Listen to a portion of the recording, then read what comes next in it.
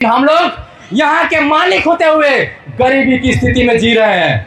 कोई आदमी मालिक होते कैसे गरीब बन सकता है? यही नेता, ये जो है ना हरामी लोग, ये बदमाश लोग, ये लोग पैसा के बल पर नाचने वाले लोग, खाली स्टेज में बैठने वाले लोग, ये लोग क्या समझता है? हम लोग भी आदिवासी टाइगर हैं, हम लोग भी आदिवासी टाइगर हैं। युवाओं को ललकारने का काम मत कीजिए, बार बार बोल रहे, युवाओं को ललकारने का काम मत कीजिए।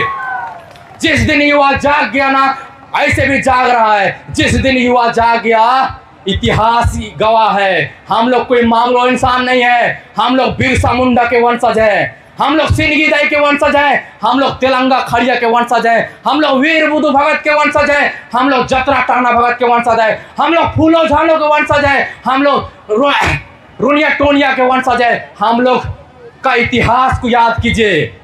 जब हम लोग अंग्रेजों को नहीं बख्शा, जब अंग्रेज हम लोग आदिवासी से कांपते थे, तो ये चुटपुंजिए नेता हमारे काव उखाड़ लेंगे जी। हाँ, जब हम लोग से अंग्रेज नहीं डरे, अंग्रेज डर के भाग गए, तो ये चुटपुंजिए नेता हमारे काव उखाड़ लेंगे। अभी हमारे समाज में हमारे माननीय मुख्यमंत्री हेमंत चाचा एक नया नियम लेकर आए हैं। क्या नियम लेकर आए हैं? दारू, खूब दारू पियो। गांव गांव में ठेका खोलने का प्रयास कर रहे हैं। गांव गांव में ठेका खोला जाएगा, किसका नुकसान होगा? किसका नुकसान होगा? कौन बर्बादी की ओर बढ़ेगा? सिर्फ और सिर्फ आदिवासी समाज। यदि आप आदिवासी का विकास चाहते हैं, यदि आप आदिवासी का कल्याण चाहते हैं, तो गांव गांव में स्कूल खोलिए, गांव गांव में खेल का मैदान खोलिए, गांव गांव में अस्पताल खोलिए, गांव गांव में जितना भी विकास का चीज है वो खोलिए, ना कि हड़िया और दारू का काम कीजिए। हड़िया दारू से ऐसे भी हमारा समाज त्रस्त है, उसको और तोड़ने का प्रयास मत कीजिए। इसलिए मैं हेमंत सोरेन जी से कहना चाहता हूं, अभी भी आप आदिवासी के नेता हैं, अभी भी आप सबसे लोकप्रिय आदिवासी नेता हैं, अभी भी आपको जागने का जरूरत है। नहीं तो जिस दिन आदिवासी समाज जागा, अगर आदिवासी समाज उठाना जानता है तो आदिवासी समाज गिराना भी जानता है। इसलिए हम आपको चेतावनी देते हैं, ये सिर्फ मेरी बोली नहीं है, ये हुंकार है, और यहां से उलगुलान शुरू होने वाला है। ऐसे भी हमारे समाज को आज से नहीं सदियों से तोड़ा जा रहा है, षड्यंत्र के तहत तोड़ा जा रहा है, कुचक्र के तहत तोड़ा जा रहा है। आपको एक बात याद दिलाना चाहता हूं, धर्म के रिलेटेड संबंधित है, अभी सरना कोर्ट का बात हो रहा है ना, आप लोग ध्यान से सुनिएगा।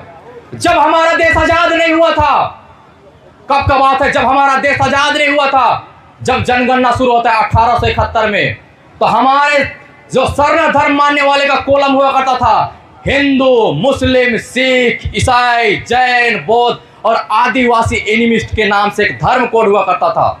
लेकिन जब हमारा देश आजाद होता है, जब हमारा देश आजाद होता है 1951 जनगणना के बाद 1961 में क्या किया जाता है? षड्यंत्र के तहत, प्लान के तहत ये हमारा कोलम को हटा दिया जाता है, और ये आज उसी का हम लोग लड़ाई लड़ रहे हैं सरना कोड के नाम से।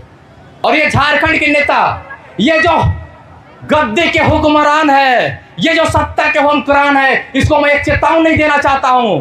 झारखंड के मालिक तो हम हैं, झारखंड में 40% खनिज भी है, लेकिन बशर्ते एक बात लास्ट में कहता हूं, मन के हारे हार है, मन के जीते जीत। मन के हारे हार है, मन के जीते जीत। हार गए जो बिन लड़े उन पर है धिक्कार, हार गए जो बिन लड़े उन पर है धिक्कार। ये बात हमारे युवाओं के लिए है।